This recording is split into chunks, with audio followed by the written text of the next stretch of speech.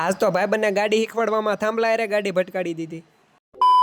Good morning બધા મિત્રોને. તો સવારમાં જાગવાનું મન નતું થતું તોય સુરત દાદાએ જગાડી દીધા. હજી તો મેં જાગીને ચાય નથી પીધી તા નાના એવા મહેમાન આવી ગયા પછી એને ચા પાઈ દીધી. A few moments later.